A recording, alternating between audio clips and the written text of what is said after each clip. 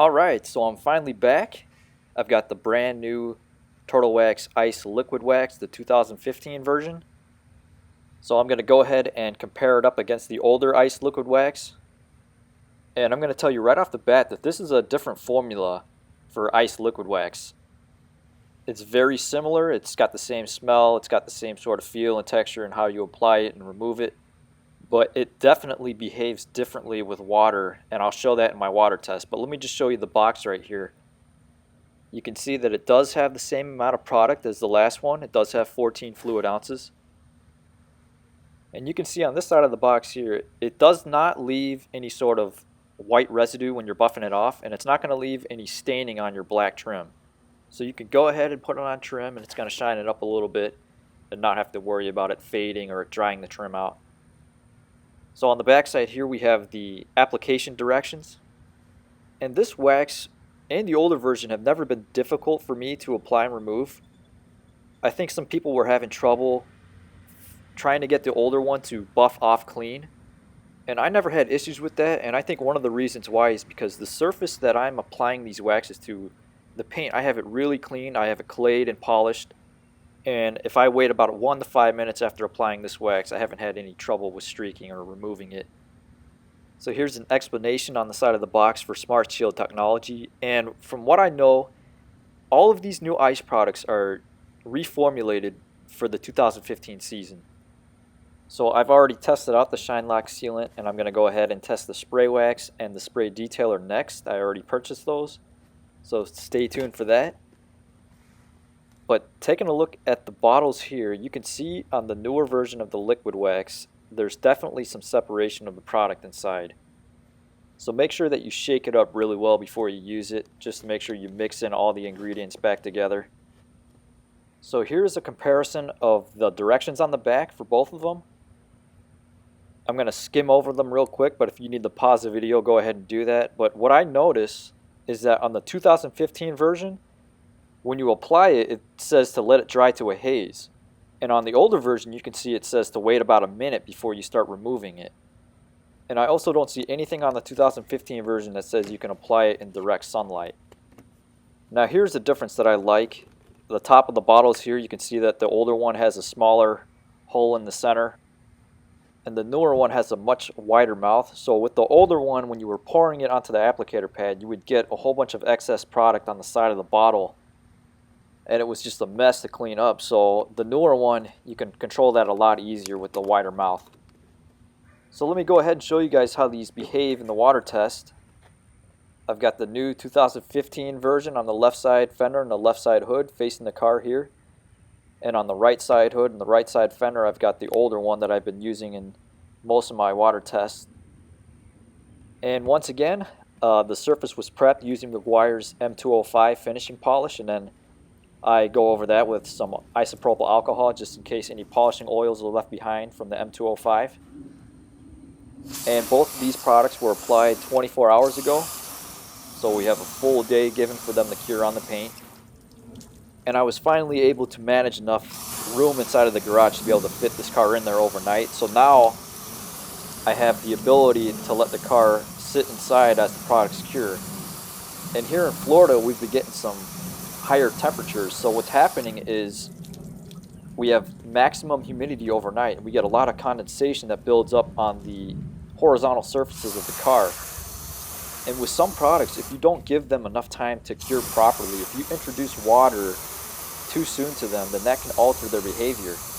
And sometimes it might weaken the bonding to the actual paint or clear coat.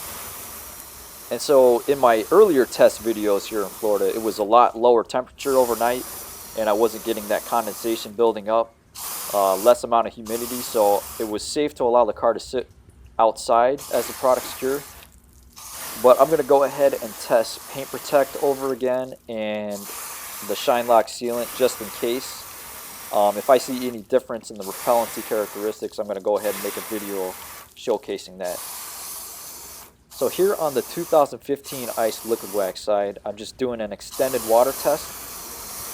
Some products start out with a very high surface tension after immediately wetting them after the cure period, but the longer that you sit here with the water and spray it down, that surface tension might decrease. And I was seeing that in the Meguiar's Ultimate Paste Wax test that I did, where it started out beading water aggressively, and then over time, as water was applied to it, it just shifted over to a sheeting-based product.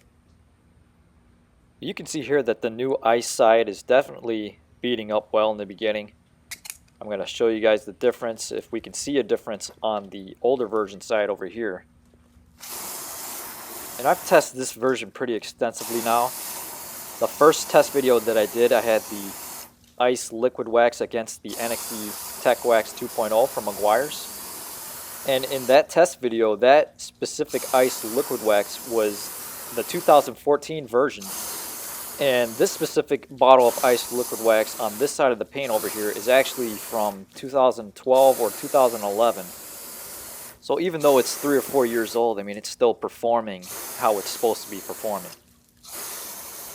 And you can see here from the test, I mean, it's a very hydrophobic product.